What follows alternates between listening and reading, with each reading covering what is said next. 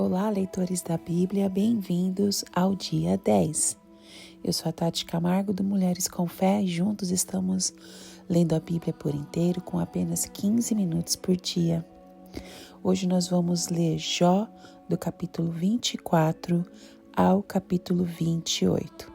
Mas antes, vamos começar com a nossa oração. Senhor, muito obrigada por todo esse tempo lendo a Tua Palavra. Nos dê sabedoria, conhecimento e compreensão. Permita que todo o conhecimento que nós ganhemos na leitura de hoje nos ajude a amar mais e mais a você e as outras pessoas. Ajude-nos a ver algo novo sobre você, como nunca vimos antes.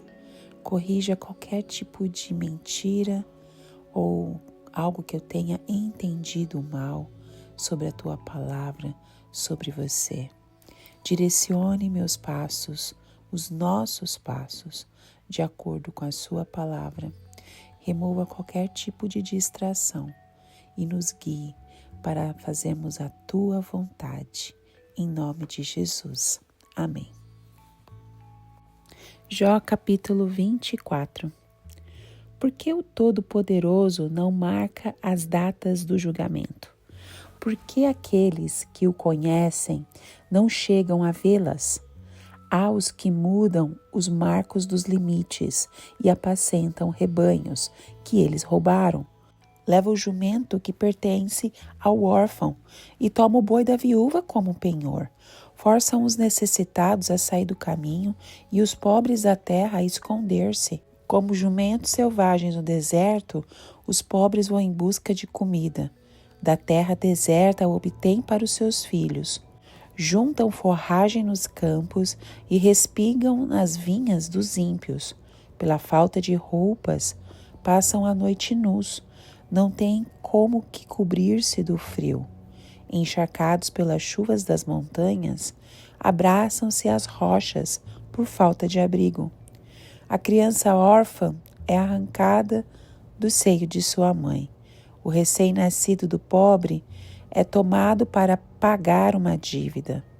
Por falta de roupas, andam nus. Carregam os feixes, mas continuam famintos. Espremem azeitonas dentro dos seus muros. Pisam uvas nos lagares, mas assim mesmo sofrem de sede. Sobem da cidade os gemidos dos que estão para morrer, e as almas dos feridos clamam por socorro. Mas Deus não vê mal nisso. Há os que se revoltam contra a luz, não conhecem o caminho dela e não permanecem em suas veredas. De manhã o assassino se levanta e mata os pobres e os necessitados. De noite age como ladrão. Os olhos do adúltero ficam à espera do crepúsculo. Nenhum olho me verá, pensa ele, e mantém oculto o rosto. No escuro os homens invadem casas, mas de dia se enclausuram, não querem saber da luz. Para eles a manhã é tremenda escuridão. Eles são amigos dos pavores das trevas. São, porém, como espuma sobre as águas. Sua parte da terra foi amaldiçoada, e por isso ninguém vai às vinhas. Assim como o calor e a seca depressa consomem a neve derretida, assim a sepultura consome os que pecaram. Sua mãe os esquece, os vermes se banqueteiam neles. Ninguém se lembra dos maus, quebram-se como árvores, devoram a estéril e sem filhos e não mostram bondade para com a viúva. Mas Deus, por seu poder, os arranca. Embora firmemente estabelecidos, a vida deles não tem segurança. Ele poderá deixá-los descansar, sentindo-se seguros, mas atento os vigiam nos caminhos que seguem. Por um breve instante, são exaltados e depois se vão. Colhidos como todos os demais, ceifados como espigas do cereal. Se não é assim, quem poderá provar que minto e reduzir a nada as minhas palavras? Jó capítulo 25. Então Bildade de Suá respondeu: o domínio e o temor pertencem a Deus. Ele impõe ordem nas alturas, que a ele pertencem. Seria possível contar os seus exércitos? E a sua luz, sobre quem não se levanta? Como pode então o homem ser justo diante de Deus? Como pode ser puro quem nasce de mulher? Se nem a lua é brilhante e nem as estrelas são puras aos olhos dele, muito menos será o homem que não passa de larva, o filho do homem que não passa de verme. Jó capítulo 26. Então Jó respondeu: grande foi a ajuda que você deu ao desvalido. Que socorro você prestou ao braço frágil. Belo conselho você ofereceu a quem não é sábio. E que grande sabedoria você revelou. Quem o ajudou a proferir essas palavras e por meio de que espírito você falou? Os mortos estão em grande angústia sob as águas, e com eles sofrem os que nelas vivem. Nu está o Sheol diante de Deus, e nada encobre a destruição. Ele estende os céus do norte sobre espaço vazio, suspende a terra sobre o nada. Envolve as águas em suas nuvens, e estas não se rompem sob o peso delas. Ele cobre a face da lua cheia, estendendo sobre ela as suas nuvens. Traça o horizonte sobre a superfície das águas para servir de limite entre a luz e as trevas. As colunas dos céus estremecem e ficam perplexas diante da sua repreensão. Com seu poder, agitou violentamente o mar. Com sua sabedoria, despedaçou o monstro dos mares. Com seu sopro, os céus ficam límpidos. Sua mão feriu a serpente arisca. E isso tudo é apenas a borda de suas obras. Um suave sussurro é o que ouvimos dele. Mas quem poderá compreender o trovão do teu poder? Jó capítulo 27. E Jó prosseguiu em seu discurso: pelo Deus vivo que me negou justiça, pelo Todo-Poderoso que deu amargura à minha alma.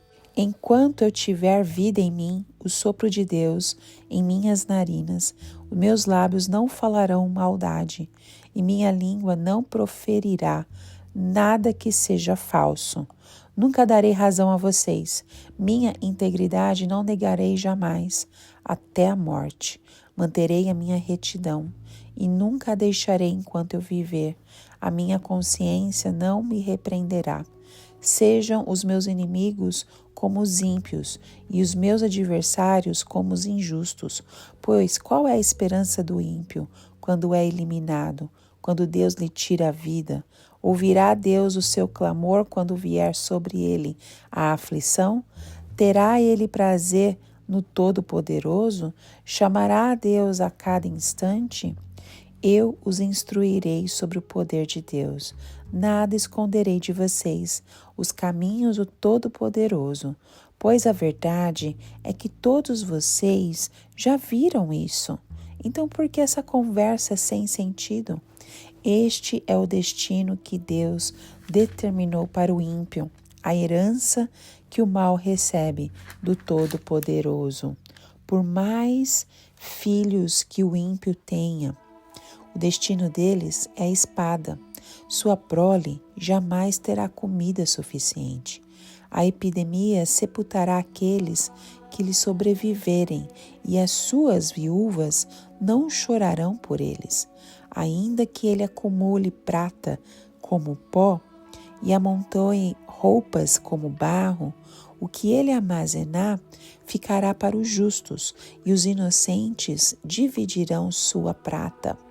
A casa que ele constrói é como um casulo de traça, como cabana feita pela sentinela. Rico ele se deita, mas nunca mais o será. Quando abre os olhos, tudo se foi. Pavores vêm sobre ele como uma enchente. De noite, a tempestade o leva de roldão. O vento oriental o leva e ele desaparece. Arranca-o do seu lugar. Atira-se contra ele sem piedade, enquanto ele foge às pressas do seu poder. Bate palmas contra ele e com assobios o expele do seu lugar. Jó capítulo 28. Existem minas de prata e locais onde se refina o ouro. O ferro é extraído da terra e do minério se funde o cobre. O homem dá fim à escuridão e vasculha os recônditos mais remotos em busca de minério, nas mais escuras trevas. Longe das moradias, ele cava um poço, em local esquecido pelos pés dos homens. Longe de todos, ele se pendura e balança. A terra da qual vem o alimento é revolvida embaixo como que pelo fogo. Das suas rochas saem safiras, e seu pó contém pepitas de ouro. Nenhuma ave de rapina conhece aquele caminho oculto, e os olhos de nenhum falcão o viram. Os animais altivos não põem os pés nele, e nenhum leão ronda por ali. As mãos dos homens atacam a dura rocha e transtornam as raízes das montanhas. Fazem túneis através da rocha, e os seus olhos enxergam todos os tesouros dali.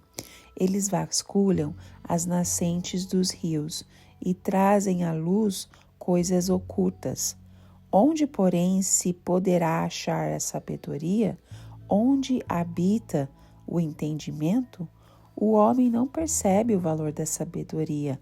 Ela não se encontra na terra dos viventes. O abismo diz, em mim não está. O mar diz, não está comigo. Não pode ser comprada, mesmo com ouro mais puro. Nem se pode pesar o seu preço em prata. Não pode ser comprada nem como ouro puro de Ofir, nem como precioso ônix, nem como safiras. O ouro e o cristal não se comparam com ela, e é impossível tê-la em troca de joias de ouro. O coral e o jaspe nem merecem menção.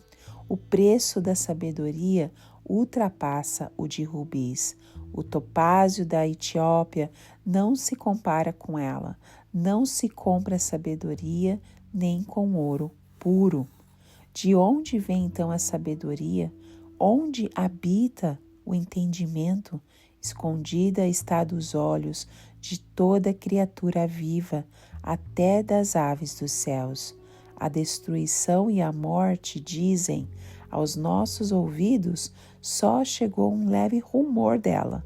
Deus conhece o caminho, só Ele sabe onde ela habita, pois Ele enxerga os confins da terra e vê tudo o que há debaixo dos céus. Quando Ele determinou a força do vento e estabeleceu a medida exata para as águas, quando fez um decreto para a chuva e o caminho para a tempestade trovejante, ele olhou para a sabedoria e a avaliou, confirmou-a e a pôs à prova. Disse então ao homem: no temor do Senhor está a sabedoria, e evitar o mal é ter entendimento. Amém. Que capítulo maravilhoso. Que Deus abençoe muito você e que você continue sendo tocado pelo Espírito Santo ao ler a palavra de Deus. Que o Espírito Santo revele as preciosidades que nós estamos lendo. Que Deus te abençoe e até o próximo áudio. Tchau, tchau.